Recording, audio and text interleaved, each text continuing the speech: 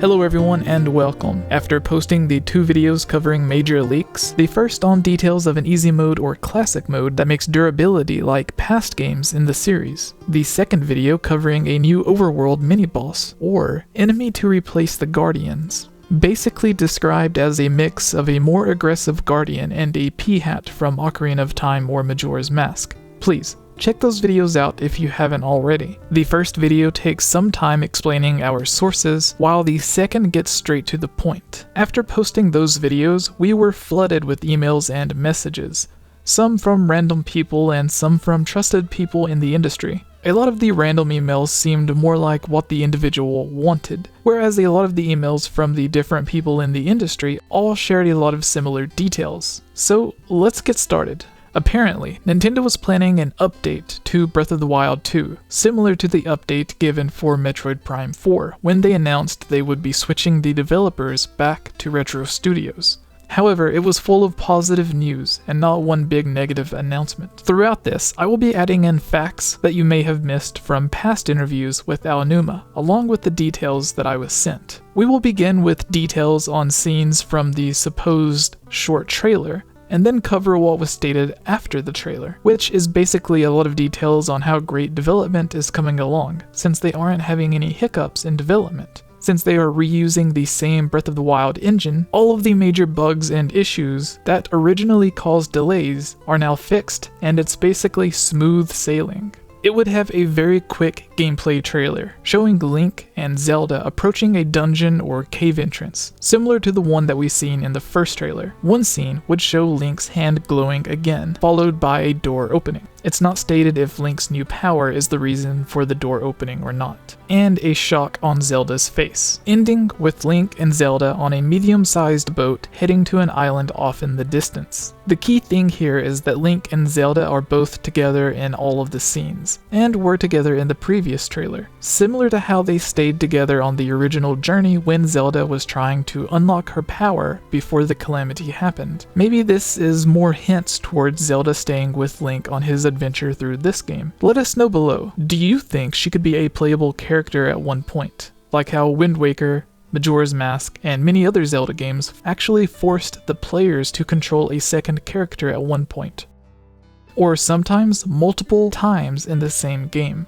Even Spirit Tracks has Zelda joining Link throughout his entire adventure, and at many points throughout the game you are switching back and forth between Link and the spirit of Zelda.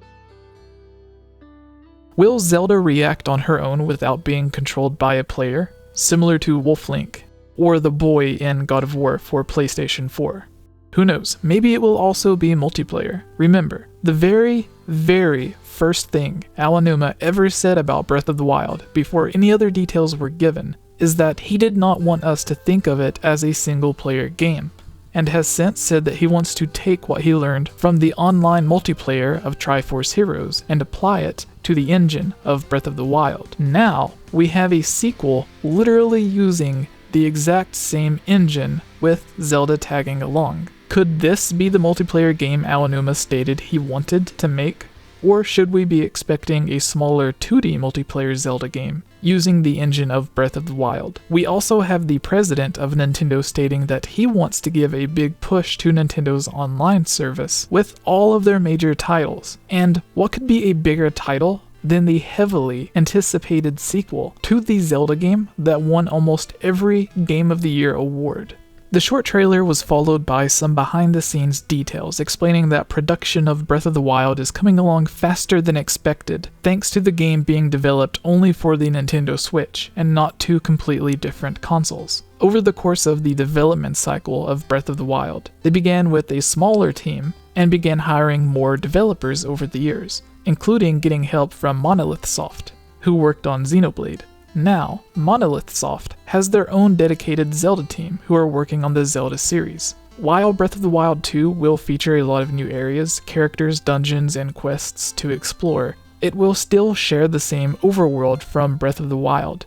So instead of starting from scratch on a brand new Zelda game, which sometimes takes up to 5 years or longer, they already have a large portion of the sequel completed, by it sharing a lot of assets with the original.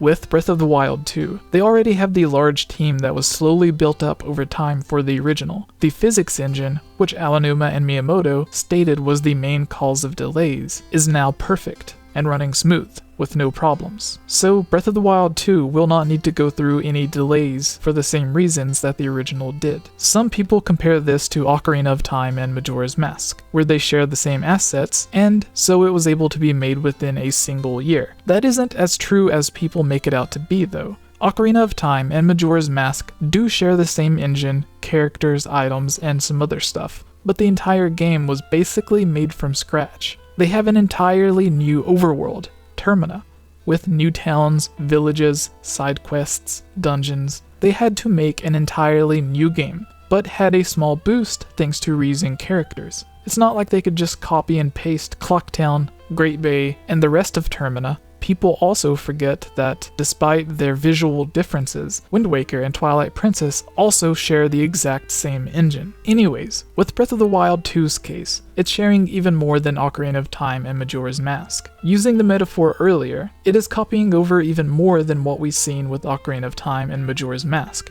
It is literally reusing the entire overworld. But also, in the presentation, they wanted to make a point that they were building more on top of it, and if some rumors are to be believed, they are also building beneath Hyrule. That's it for now, but a lot of rumors, news, and details are slowly leaking out, so please, stay subscribed and notified, and join our Discord to make sure you stay up to date on all Zelda Breath of the Wild 2 news. And you can find our Zelda podcast, the 𝐈𝐧𝐬𝐭𝐭𝐞𝐫, here on YouTube and on iTunes, where we have had many guests who have worked on the Zelda series, and have shared a lot of amazing stories about voice acting, such as Patricia Somerset voice acting as Zelda, Mike Drucker on Zelda's writing or translation team, coming up with the jokes in the game, stories behind the names of characters that he created. Please subscribe and let us know your thoughts in the comments below. Thank you. If you are a fan of our Zelda videos like this,